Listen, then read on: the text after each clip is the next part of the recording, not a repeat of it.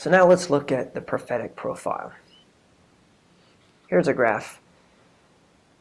This is really neat. The promises are postscripted, and he that has, the promises of what's, if you pass your test, what's given to you in the first group, and then the second group, you'll notice in this chart that stands out, as soon as we look at this chart, the promises are tucked in within the body of the letter. As well as you'll notice that these 4 churches at the very end, there are explicit references to a second coming.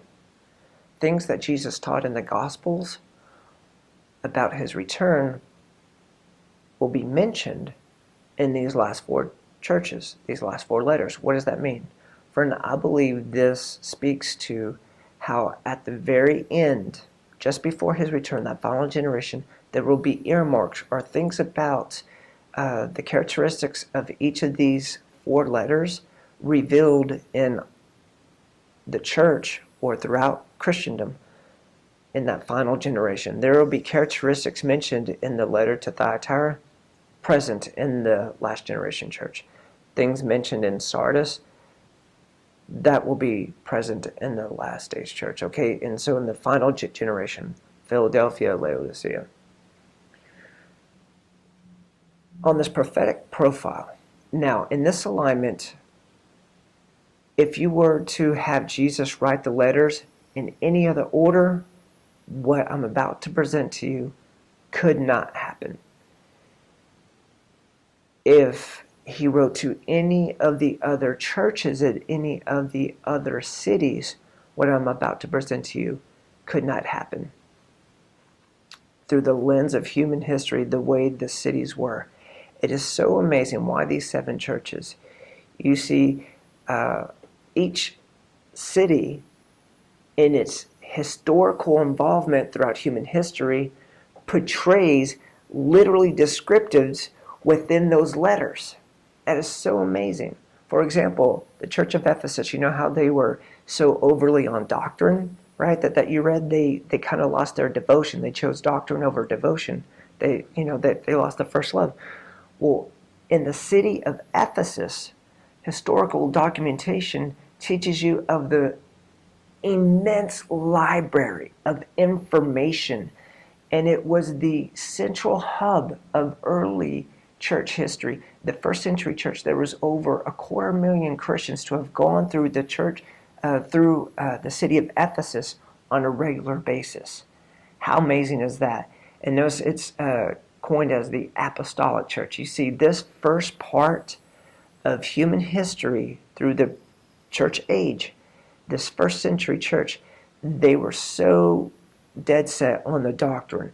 And notice it was in these first handful of decades after Christ's ascension that we would see the writings, the apostolic letters being penned, the instructions to the church, the instructions of how we are to live out our lives and to spread the gospel to the ends of the world.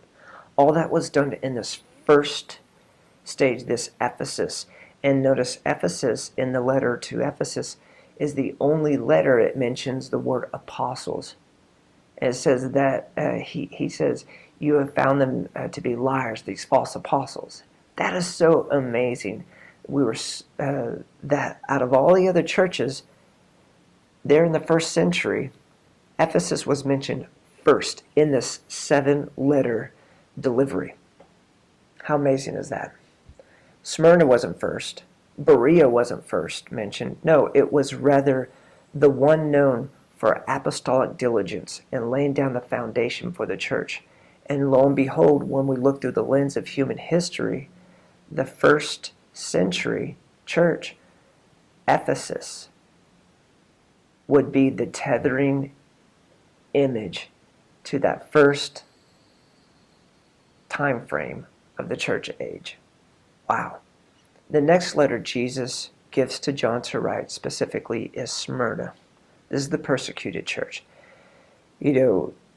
There, after that first century church, the persecution got horrible with the Roman emperors. As a matter of fact, in Smyrna, in the letter of Smyrna, notice how there was 10 days specifically. 10 days of persecution, this tribulation caused by the devil, right, for 10 days. Ironically enough, throughout the human history of the church age, there were 10 Roman emperors in a row that had killing sprees and persecution campaigns specifically against Christianity. 10 in a row. There was not one break. Who finally brought the break was Constantine. And as a matter of fact, we're going to get him in just a second. So Smyrna represents the persecuted church, okay? The second letter wasn't Philadelphia. No, the second letter specifically was Smyrna. Smyrna, the root word for Smyrna is myrrh. Myrrh is associated with the deceased and embalming. It was an embalming element, if you will. It helped keep the odor down, okay? So myrrh is always associated with death. This is another picture and being indicative of why there's no myrrh presented to Jesus during the millennial reign. During his first coming, there was gold, frankincense, and myrrh. In the millennial reign, only gold and frankincense given. Gold, deity, frankincense, authority, and then myrrh. Myrrh is not given to him. Why? Because in his first coming, he had already died. Myrrh deals with the death. And so here, it wasn't Pergamos, the second church, no, Philadelphia. So during the time of the 10 emperors in a row, 10 increments of time, this letter to Smyrna was written. Friend, how amazing is that? Pergamos. Pergamos is the third one. And if you look at the lens of human history throughout the church age, after Constantine came in the 300s AD, he brought a leadership that was pro-Christian.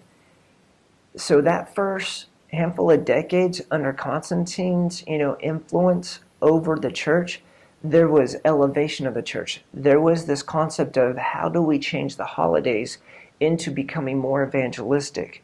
It was during this next stage of human history where we had celebration to the goddess Astarte, Easter, we were able to influence the world with the resurrection of Christ. And so the concepts of Passover and resurrection of Jesus. This is so great, friend. During this time as well, when everyone was celebrating the issue of Babylonian practices and the Yule log and all this stuff, we were able to celebrate the birth of Christ, the Son, S-O-N, of God, not just celebration of the pagan practices of the S-U-N, Son, but now we were able to influence the world with a celebration of the Son of God, S-O-N. Now, what happened by doing that, we ended up becoming so familiar with having popularity and influence during this time of human history through the church age that after the 300s going into the 400s, we became what's known as the married church, where we just begin to marry the things of this world, and we kind of confuse and blur the lines of what's spiritual and to be held in high standards, and with just doing things to get public influence. And that, my friend, began a very dark time. This is the entrance into what human history calls the Dark Ages, where the church began to lose her light. Now, was she extinguished? No. There's always a remnant. But what happened is after the married phase of the church going into the Dark Ages is this allowing of the medieval church to come in, Thyatira. And notice to the letter of Thyatira was this issue of Jezebel. Okay, this harlot, if you will, of false teachings and horrible practices come to ride in on the grips of authority. This is when, unfortunately, for centuries, the church would come to learn the Inquisitions, horrible, torturous practices of wrong authority figures, anything that was truly trying to just live for God and in the right way, it would be snuffed out by the practices of church authority, quote unquote church, not the true church. This is in name only. Now, what that did was it granted the Protestant movement in the 1500s. Okay, during the Reformation, the protest, that's what the word Protestant means, protest. Martin Luther protested, and so there was just enough groundswell in the 1500s that when people had had enough, this is it, we're willing to make a stand en masse. We had the Protestant movement, we had the Reformation, okay? So we broke away from Roman Catholicism and started our own movements, if you will. The church began to rise up, cry out, and overthrow the horrible practices of Jezebel and leadership, overthrow that, and became what's known as the denominational church. Sardis, notice in the letter, it says a name that is given. There's this specific highlight of the name. Well, after the Reformation, Protestant people groups that had similar interpretations of Scripture would come together, and they would create denominational movements. And so for the next century or two, we see in the prophetic profile of the church age that there is a vast movement to have a name. Well, we're the first church of fill in the blank, first church of fill in the blank, and so you had all these different movements that held to a specific name. And if you notice, Sardis, well, the history, now let me add a little bit of prophetic history to the town Sardis. It was up on a cliff, right? It was next to perfect in its ability to be sustained. No one knew how to penetrate the city. No one knew how to overtake the city.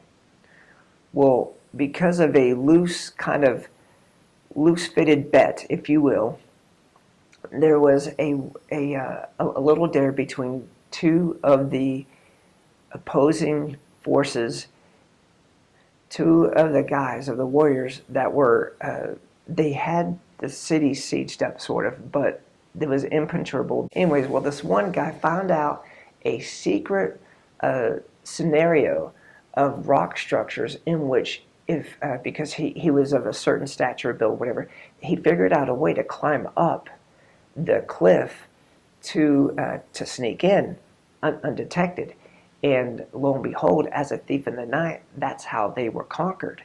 And if you notice this, the letter to Sardis, behold, I come as a thief, right? And so Jesus, who also knows the future history of that city, gives an indication of how they will be taken down by surprise, like a thief in the night. Friend, this is so amazing how the letter Sardis, Jesus made sure this was after Thyatira and before Philadelphia. Why? Because it fits perfectly into this prophetic profile.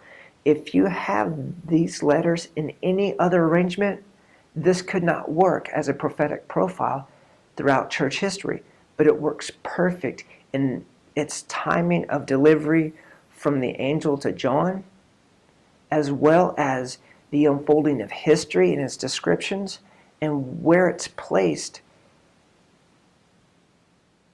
in order when we look back through the lens of history. This is so fascinating, friend. The next phase of the church age would be the Philadelphia church, the missionary church. After all these denominational movements begin to go up, and you had studies and universities you launched, well, you had a high thrust to bring the gospel to the nations after all these denominational movements began, because every one of them had the right heart. Missions. How do we win the world for Jesus? Jesus said, occupy till I return, until I come back, go make disciples of all nations. And so now that we have the printing press making copies of the Bible, we have people learning the Bible in their own languages. By now, the Bible is being interpreted into a lot of the modern languages.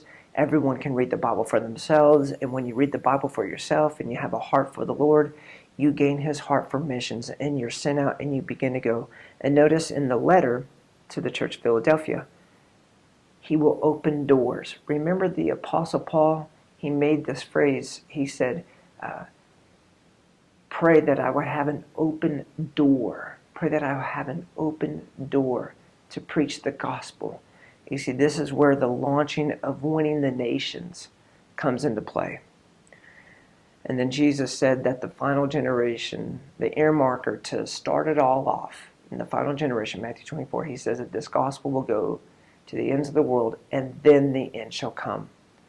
Matthew 24:14. So we have, when the gospel is going into all the world, then that final generation can finally show up. And so there's a convergence of technology, the missions movement, and the human race is ready. The times of the Gentiles are now being fulfilled. As a matter of fact, Jesus said that you'll know that the times of the Gentiles are over and done, and we're entering into that phase of the final generation when Jerusalem is no longer trodden under the foot of the Gentiles. Once that happens, once Jerusalem comes back out from underneath the foot of the Gentiles to Jewish control, then you'll know that everything is set up. Well, that happened in 1967 in the Six-Day War. The Israeli forces pushed the Jordanians past Jerusalem and recaptured Jerusalem in 1967. Friend, that's when I believe the clock started on the final generation, because now all the technology is in place, everything is here to begin to implement the system of that final fourth beast, the world empire, the system of Antichrist, that it seems almost impossible to get free out of, and that's in Daniel chapter 7. All right, so the church of Laodicea. So then here we have, after the big mission movement, in the final generation, the church is the sleepy church, the one that has vision issues, eye issues. They need eye salve. They need to recapture the vision. There's a loss of a heart for missions. There's a loss of vision for what it's truly about. As a matter of fact, in this apostate church phase, if you will, many Christians, are they going to heaven? Yes. Do they have a lot of lack of drive to do work for the Lord? Yes. There's this weird self-deceptive, this being hearers of the word but not doers. You become self-deceived, as the book of James says, into thinking that you're okay.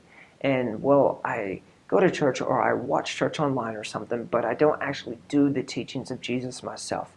And because of that, we're self-deceived, and then we end up having to, in order to get out of this sleepy condition, we think we're rich, but we're really poor. We think we're all clothed, but we're truly naked. We have the wrong perspective of self than what Jesus says. We have to purchase gold tried by the fire. We've got to be willing to pay the price. We've got to be willing to do what it takes to get the right heart back. And when you're slumbering and you're a couch potato, you don't want to get up. You have lack of drive, lack of initiative. And that is a huge earmarker in this last stage church, this kind of wishy-washy. You're not completely hot, but you're not completely cold. You like to ride the fence, you're right there in the middle. You have a lot of that in this last bit of church history. So friend, here is the prophetic profile